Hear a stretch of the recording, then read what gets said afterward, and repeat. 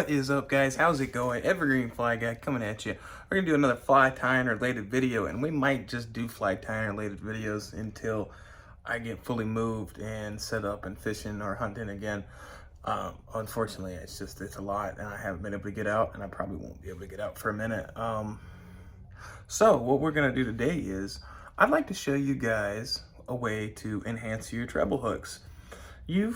If you've been fishing a little bit, you probably know about feathered treble hooks, and maybe you have an opinion about them, maybe you don't. So my opinion about feathered treble, well, just give me 1 second. Let me get a treble hook for you first. All right, I got a couple right here. I apologize for the low lighting. I'm doing this in my garage, and my one overhead light keeps going out, so we have the light of my my lamp. But we're gonna be mostly in the vise for this one, but I just wanted to show you. So this is probably a bass to salmon sized treble. I believe these came off some salmon lures I got, and you can't use trebles here in Washington for salmon, so I took them off. But we're gonna tie some feathers up on there. But let me talk about why you might want some feathers on there. With the trebles, feathers can add action to it, just like on a fly. You know, the feathers twitching in the water gives a little extra play to it. Now, there is a bit of a debate on whether or not it affects, hook set for one, and just does it work in general. Like if you're fishing them on a jerkbait or a crankbait or something, or a spinner. I've seen them a lot on spinners. And from my personal experience, I would say yes, I think they do help. And no, I don't think they mess with hook set, not that I can tell. Because if you think about it, it's not much different than fishing a fly, and a good hook set's a good hook set. The feathers aren't really going to get in your way too much, at least not in my opinion. I haven't noticed it whenever I've fished feathered lures. Obviously, I fish a lot of them fly fishing, but a lot of my spinners, I actually like a little flash and stuff on the tail. But yeah, so let me take you guys down here to the vise. We'll do it on my my regular camera I do all my flies on, and we'll probably do it in real time for you and show you how to do it real good and stuff. And we'll also speed it up, and you can check it out on my Instagram if you don't want to watch the full video. So let's get right at it. All right, guys, we are on the vise. I'm gonna lay down a little thread right here, and I just want you to know, you guys that don't have like a fly tying vise and are watching this and are just kind of interested on how to make your own feathered hooks, you can do that still with a little bit of thread. You don't need anything special. With these bigger trebles, actually, I could use a lot. This is kind of thinner thread, but I could use much thicker thread like this white. I'm using the red because I looked up a few specific patterns that looked like they were commonly repeated for these, and I'm going to do one for you to show you it as an example, and we might do another one. But yeah, if you have like a garage style vise, like clamps or whatever, you could use that. You don't need a bobbin or anything. You could just take and thread by hand and stuff with these feathers and stuff. But it's definitely easier if you have a fly tying setup already going, but not impossible. So the only thing I've done is I put down a little bit of thread.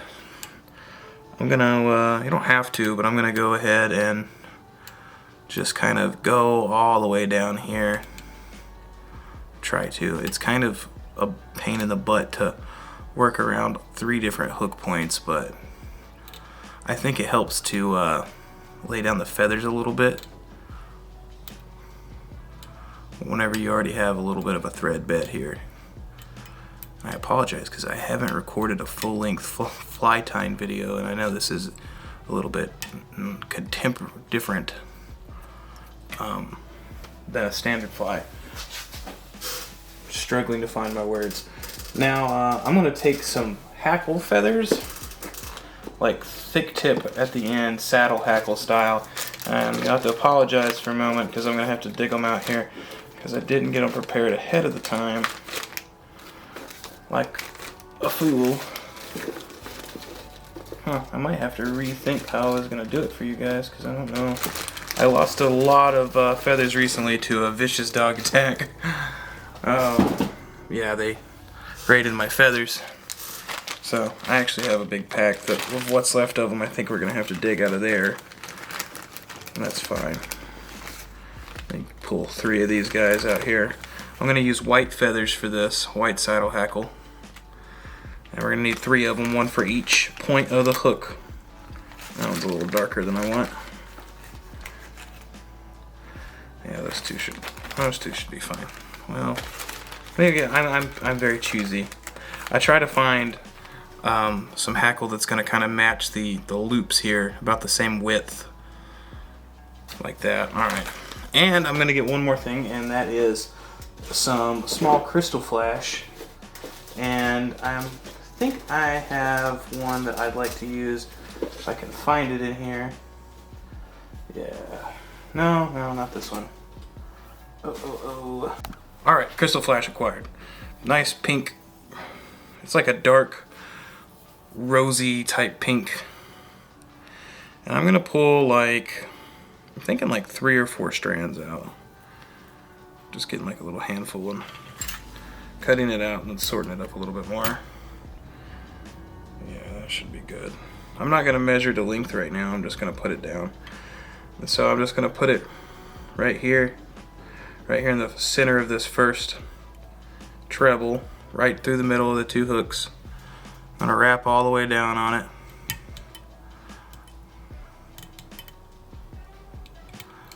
All the way down, there we go. Take this back up here and clean it up a little bit. Not too worried. And I'm gonna try to leave about 1 inch on here. Maybe like a 1/2 inch on here. I think that's about good right in there. That might be a little bit too short. All depends on how long you want your feathers out too. So I think that's gonna be good for this one. All right, so now we measure our feathers here.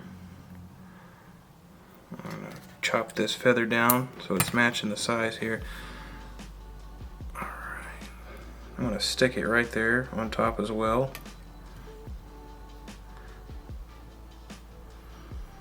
I'll just tie it in right here like that.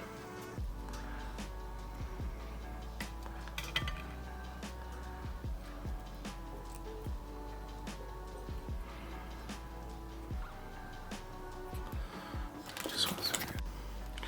And we're going to go down maybe like 2-3 centimeters, just not too much. And if you have any hanger hanging out like that, you can just snip it off, do what you will to, or want to get it in place there. All right, now I'm gonna rotate, and you can rotate right here, whatever. We're still gonna be making 3 points, so I'm gonna try to center it for myself, whatever I think this looks the easiest, so lay it down in there. I'm gonna grab about 4 more strands of flash here. You can sometimes overdo it with flash, so if you're not doing exactly 4, that's fine. Just kind of watch yourself to make sure you're not going crazy with it. That used to be a big problem for me. I was a flash fanatic. It's good stuff though, really can't go wrong with flash. And I'm going to trim it to about the same length, right in there. Make sure it's nice and snuggy-dug. That was weird, sorry. Apologize for that. Measure out my feather again, so I want it to about the same length as the previous one. I'm going to snip off the bottom part. Then we're going to lay it in here, just like this. There we go. Oh, I didn't get it exactly centered. Let me scoot it back a little bit. It'll be okay if you don't. I'm just kind of a stickler. Wrap it up real tight. I like to cover it each time I go around. All right.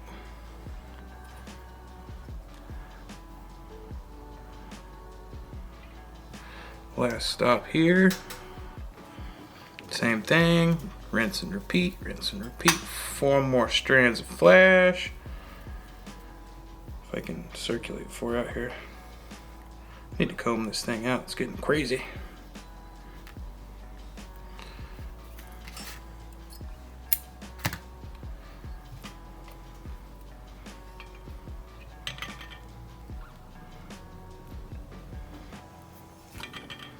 little difficult to get in there with all the other two on there now. Just gonna lay it gently on there, and I'm gonna try to catch these crystal fibers real easy. I'm gonna even them back with the middle here, right where I want them at. Tighten it up a little bit. I dropped them. Let me grab them back over here from this side. Don't pull on them too hard or you'll warp them out. Don't want to do that. Alright, I'm going to find my last chunky hackle feather here. I'm going to measure it out. I'm going to trim the base off. I like to save these bases too, because sometimes you can use them for a wrap or something on a nymph, something like that. So I try to reuse as much materials as I can, because they're not exactly cheap to buy. And I guess it's kind of better for your wallet that way. That's the way I like to think of it. Now I'm just tying it all up right here, evening out my thread, making sure the red's nice and pretty looking. I don't want anything white poking through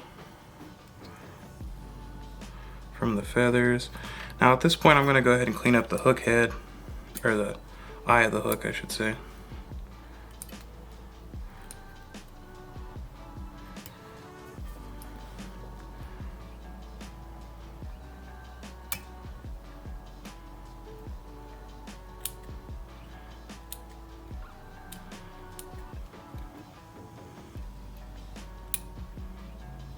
That's why it pays to have really sharp scissors when you're fly tying.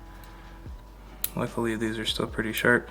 I've had them for a good while now. Probably over 6 months. There's a little gold piece hanging out right there. There we go. And now we'll just tape it up or not tape it up, but wrap it up real pretty. Try to make it as peaceful as possible, or not peaceful. Gosh, that piece is really getting at me.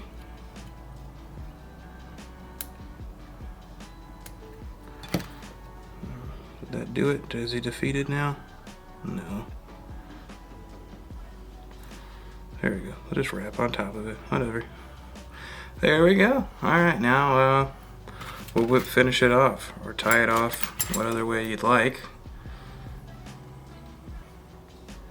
And I like to put about 4 whip finishes on there. If you watch my shorts, I only usually do 2 on the shorts, but I always make sure I glue it up real well. And that's what we're gonna do right now.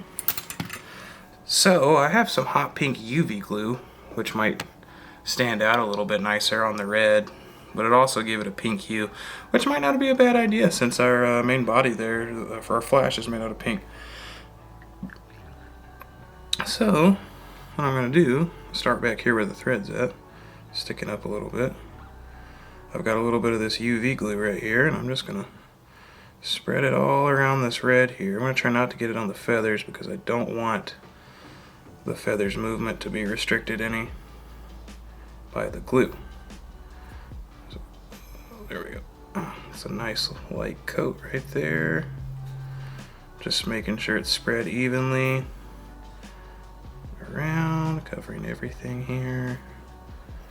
I believe it is, or as far as I can tell, a little bit right there. I'm gonna cap my glue off. And if you don't think your stuff's set right, you can kind of shimmy it around a little bit so it moves the glue around. But we're good right where we want it. So we're gonna hit it with a black UV light and harden that up. I like to get it real good right in here. And that gives you a good look at our feathered fly, or our feathered treble. And there we have it. It's about 2 inches long, about 1 inch longer than it normally would be. That's just kind of the pattern I saw, so I decided to keep with it. I'm sure you could shorten it up a little bit, and that really might help it a little bit. But if they're gonna strike at that, I mean, I feel like they're gonna get it no matter what. Yeah, I'm gonna do another one for you guys in a different pattern, but it's gonna be sped up, I think. So we'll switch over and do that. But yeah, let's here, take a closer look for the camera. There we have it.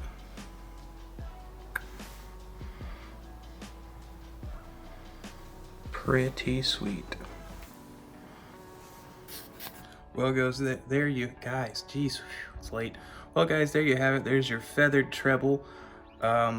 Super little, cool little thing that you could add to your trebles to like add more attraction, give it a little bit more flair in the water, and just see if it helps you out. Some people swear by it, some people hate it. It's a mixed thing. I'm kind of neutral on it, but this one I think came out really pretty. And again, you can always shorten that down a little bit. But yeah, thanks for watching the video. If you like the fly tying stuff, please, please, please head over to my Instagram and check it out there. I'm doing reels daily. Tons of you guys are joining me on there. We've just hit 7,000 followers, and we're constantly gaining on there, and it feels great. I had a video hit 305K views on there, our reel on the reels, and it's good to see all you guys communicating with me and just getting out there and talking to you guys. I really enjoy it, and I want to thank you. But yeah, go catch some fish, guys.